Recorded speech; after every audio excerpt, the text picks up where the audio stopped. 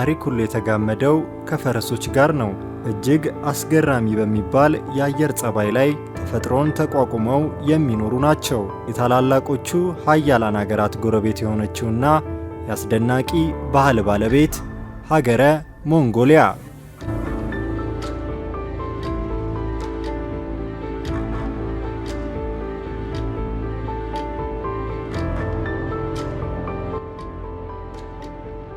በዛሬው የቅኝት መሰናዷችን በኤሽያ አህጉር የምትገኘውና አስገራሚ ታሪኮች ያሏትን ሞንጎሊያን የምንቃኝ ይሆናል። እስከ ፕሮግራማችን ፍጻሜ ቪዲዮአችንን ላይክ፣ ሼር እና ሰብስክራይብ በማድረግ አብራችሁን ቆዩ። ይህች ሀገር በምስራቅ ኤሽያ የምትገኝ ሲሆን ከካዛክስታን በመቀጠል ትልቋ የባህር በር የሌላት ሀገር ናት። ሞንጎሊያ በሰሜን ከሩሲያ በደቡብ ከቻይና ጋር ትዋሰናለች። 1,564,116 ስኩዌር ኪሎ ሜትር ስፋት ያላት ይህች ሀገር 3.5 ሚሊዮን ሕዝብ ይኖርባታል። ሞንጎሊያ በደረቅ ሳራማ መሬትና በተራሮች የተከበበችም ናት። ይህች ሀገር በቀድሞ ዘመን የሞንጎል ግዛት በመባል ትታወቅ ነበር። ይህም ግዛት የተመሰረተው በጌንጊስ ካሃን ነው። ጌንጊስ ካሃን በሀገሪቱ ዘላኖችን በማሰባሰብ ትልቅ ግዛት በመፍጠር የሀገሪቱ አባት ተብሏል። 40 ሜትር የሚረዝም ሐውልትም ተሰርቶለታል።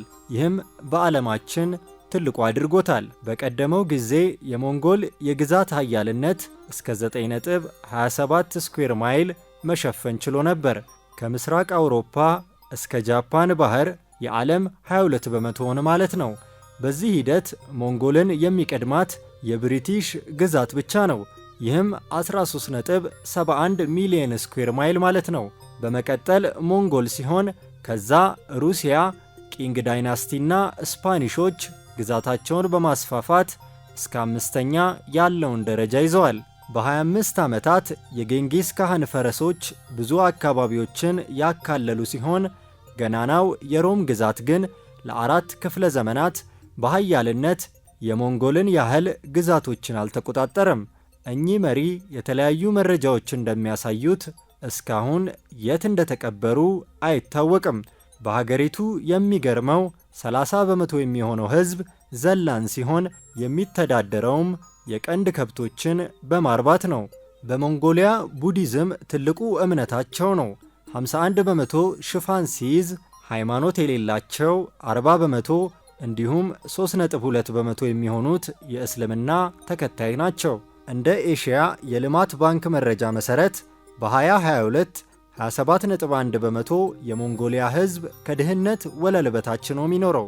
በ2024 ዓለም አቀፍ የፋይናንስ ኮርፖሬሽን በቢዝነስ አፈጻጸምና ውጤት ከዓለም ሀገራት 81ኛ ደረጃ ላይ አስቀምጧታል። ሞንጎሊያ ከሰል በብዛት የምታመርት ወርቅና ኮፐር የሚገኙባት ሲሆን 80 በመቶ ኤክስፖርት የሚደረገውም ማዕድን ነው። ቀሪውን 10 በመቶ ደግሞ ግብርና ይሸፍናል። 35 በመቶ የሚሆኑ ሞንጎሊያውያን የቀንድ ከብት ያረባሉ። ከሰው ቁጥር ይልቅ የቀንድ ከብት ያላት ሞንጎሊያ ወደ 67 ሚሊዮን ቀንድ ከብቶች እንዳሏት ነው የሚነገረው። የዚች ሀገር ቋንቋ ሞንጎል ይባላል። ባህላዊ መኖሪያቸው ጌር የሚል ስያሜ ያለው ሲሆን ብርድን መከላከል በሚያስችል ደረጃ በነጭ ቀለም አጊጦ የተሰራ ነው። ሞንጎላውያንን ከፈረስ ነጥሎ ማንሳት ከባድ ነው። ምክንያቱም ፈረሶች ለነሱ ጓደኛና ዘመድ ናቸው። ይህ ብቻ ሳይሆን በቀድሞ ጊዜ ጠላት አድብቶ ሲመጣ ከፊት ሆነው ለጦረኞች ብርታት በመሆን የተዋጉም ጭምር ናቸው። በሀገሪቱ ወደ 5 ሚሊዮን የሚደርሱ ፈረሶች ያሉ ሲሆን ይህም ሞንጎሊያ በፈረሶች ብዛት በዓለም ካሉ ምርጥ 10 ሀገራት ውስጥ እንድትካተት አድርጓታል። ዋና ከተማዋ ኡላንባታር ትባላለች። የሀገሪቱ ግማሽ በመቶ የሚሆነው 1.6 ሚሊዮን ዜጎች በዚሁ ከተማ ነው የሚኖሩት። ይህም የሆነው በመሰረተ ልማት እጦት፣ በአየሩ አስቸጋሪ መሆንና በሥራ ዕድል ምክንያት ሰዎች ወደዚህ ከተማ ስለሚፈልሱ ነው። የከተማዋ ዓመታዊ አማካኝ የሙቀትና የቅዝቃዜ መጠን ኔጌቲቭ 1.3 ዲግሪ ሴልሺየስ ነው። የኡላንባታር ትርጉም ቀይ ጀግና ማለት ነው። በዚች ከተማ የበጋው የሙቀትና የቅዝቃዜ መጠን ከኔጌቲቭ 30 እስከ ኔጌቲቭ 40 ዲግሪ ሴልሺየስ ይደርሳል። በጋው ረጅም ነው። ጥቅምት ደግሞ ወደ ኔጌቲቭ 10 ዲግሪ ሴልሺየስ ይደርሳል። በታህሳስ ወደ ኔጌቲቭ 30 ዲግሪ ሴልሺየስ ይደርሳል። በሰኔ ግን አይቻልም። በረዶ ከባድና ያልተለመደ ነው። በአንጻራዊነት የካቲትና መጋቢት ሻል ያለ ነው። ኡላን ባታር የሀገሪቱ የትምህርት የአስተዳደርና የፋይናንስ ማዕከል ነች።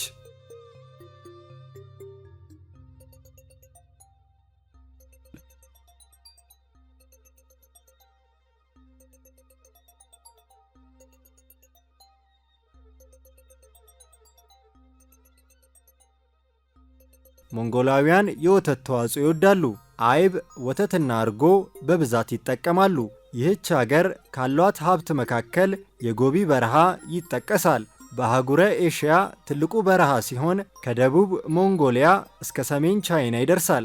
1.3 ሚሊዮን 295,000 ኪሎ ሜትር ስኩዌር ስፋት ያለው የዓለማችን ስድስተኛው በረሃ ነው። ይህም በረሃ ከታይላንድ፣ ስፔንና እንግሊዝ ቆዳ ስፋት ይበልጣል። በተጨማሪም በቀድሞ ጊዜ የሲራራ ነጋዴዎች መተላለፊያ ነበር። አስገራሚው ነገር ይህ በረሃ ከፍተኛ ሙቀትንም የሚገዳደር ቅዝቃዜንም የሚያስተናግድ መሆኑ ነው። ከሚነፍሰው ውርጭ እስከ ንዳድ ፀሐይ ይታይበታል። በሌላ በኩል አጋዘን መሰል እንስሳ፣ ቡኒ ድብና ተኩላ በበረሃው ይገኛሉ። በየዓመቱ 3600 ኪሎ ሜትር በቻይና በደቡብ በኩል በረሃው ይሰፋል። ነገር ግን በበረሃው አርቢዎች መኖራቸው የማዕድን ሥራ በመኖሩና ጫካዎች በመጥፋታቸው ስጋት ውስጥ ገብቷል። በዚህም የቻይናና የሞንጎሊያ መንግሥት በረሃ የሚቋቋሙ ዛፎችን በመትከል በጋራ እየሰሩ ነው። የጎቢ አሸዋ መላው ኤሽያን ያዳርሳል። የአቧራው መብረቅ እጅግ አስቸጋሪ ነው። ይህም በቻይና፣ ኮሪያና ጃፓን ከተሞች የሚደርስ ሲሆን ለልብ ህመም የሚዳርግ እንደሆነ ነው የሚነገረው። ጎቢ የአሸዋ በረሃ ብቻ አይደለም፣ የተራራ፣ የሐይቅ፣ የእርጥበት ቦታና አረንጓዴ ስፍራዎችም ያሉት ነው። በዚህም የተለያዩ አይነት የሥነ ምህዳር ክፍሎች ያሉት በረሃ እንዲሆን አድርጎታል። እንደ አርኪኦሎጂ መረጃ በዚህ በረሃ የዳይኖሶር ቅሬታ አካል ተገኝቶ እንደነበር ተገልጿል። ሞስ የሚባለው እንስሳም በሞንጎሊያ የሚገኝ አስገራሚ እንስሳ ነው። እነኛ አጥቢ እንስሳዎች 300 ሴንቲሜትር የሚረዝሙ 230 ሴንቲሜትር ስፋት ያላቸው 500 ኪሎ ግራም የሚመዝኑ ናቸው። በቀዝቃዛ የአየር ጸባይ የሚኖሩት እነኚህ እንስሳት በጣም ቁጡና ቅጠል ተመጋቢ ሲሆኑ በውሃ ውስጥ በሰዓት 6 ማይል እንዲሁም በመሬት ደግሞ 35 ማይል ወይም 56 ኪሎ ሜትር በፍጥነት ይሮጣሉ።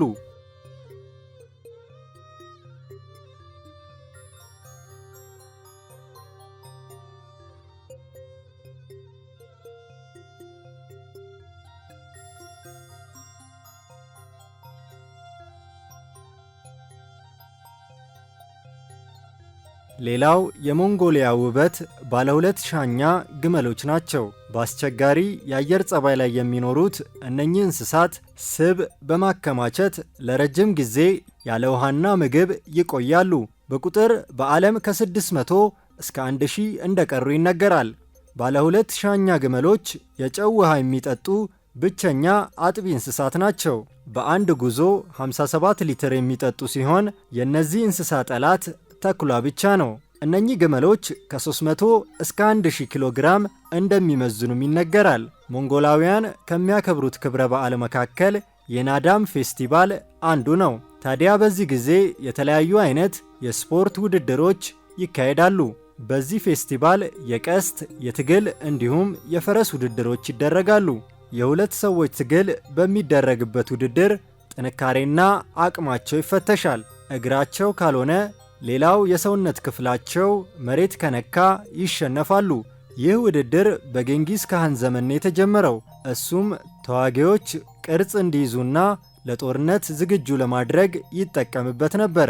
በአሁኑ ጊዜ ደግሞ ተጋጣሚዎች ልዩ ልብስ ለብሰው ይወዳደሩበታል። የሞንጎሊያ የፈረስ እሽቅድድም እንደ ፈረሶቹ ዕድሜ በ6 ምድቦች የተከፋፈለ ሲሆን የተዳቀሉ ፈረሶች ከሞንጎሊያ ፈረሶች ጋር እንዲወዳደሩ አይፈቀድላቸውም። ውድድሩ 620 ማይል የሚያካልል ሲሆን በየ25 ማይል ተሳታፊዎች ፈረስ መቀየር ይኖርባቸዋል። በሌላ በኩል የቀስት ውድድር በሞንጎሊያ ውስጥ ተወዳጅ ስፖርት ነው። በበዓሉ ዝግጅቶች ሰዎች ከጓደኞቻቸውና ቤተሰቦቻቸው ጋር እንዲሰባሰቡ፣ አብረው እንዲመገቡና ጨዋታዎችን እንዲመለከቱ ያስችላቸዋል። ምንም እንኳን በወጉ የሚወዳደሩት ወንዶች ብቻ ቢሆኑም ሴቶችና ልጃገረዶች አሁን ላይ በፈረስ እሽቅድድምና ቀስት ውርወራዎች ላይ ይሳተፋሉ። ይህም ፌስቲቫል በሐምሌ ወር ለ4 ተከታታይ ቀናት የሚካሄድ ይሆናል።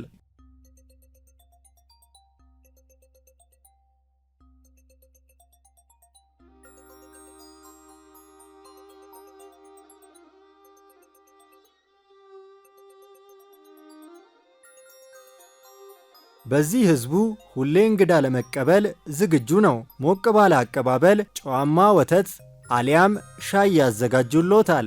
እንዲህም አለ ወይ የሚያስብለው በሞንጎሊያ ያሉ እናቶች 4 እና ከ4 በላይ ከወለዱ መሸለማቸው ነው። ሽልማቱ ደግሞ ሜዳሊያና የገንዘብ ሽልማት ነው።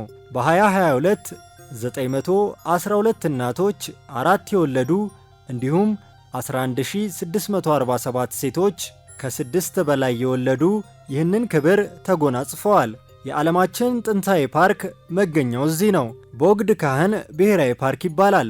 የተመሰረተውም በጎርጎሮሳውያኑ 1778 ነው። ከሱ በኋላ የአሜሪካው የሎስቶን ብሔራዊ ፓርክ በ1872 እንዲሁም የአውስትራሊያው ሮያል ብሔራዊ ፓርክ በ1879 የካናዳው ባንፍ ብሔራዊ ፓርክ ደግሞ በ1885 እንዲሁም የካናዳው ዮሃ ብሔራዊ ፓርክ በ1886 በመመስረት ተከታዩን ስፍራ ይዘዋል። የሞንጎሊያ የመጀመሪያው ፕሬዝዳንት ናቫንዶር ጂንጂዳምባ በጎርጎሮሳውያኑ 1924 ጊዜያዊ ፕሬዝዳንት ሆነው ያገለገሉ ሲሆን ለአንድ ቀን ከቆዩ በኋላ በፔልጂዲን ጄንዴን በቀጣዩ ቀን ተተክተዋል። ሀገሪቱ በበረሃማነት በመሬት መሸርሸርና በተፈጥሮ አደጋዎች ትፈተናለች። የተወደዳችሁ ተከታታዮቻችን የዛሬው መሰናዷችን በዚሁ ተጠናቀቀ። በቀጣይ ቪዲዮ እስከምንገናኝ ቸር ሰንብቱ።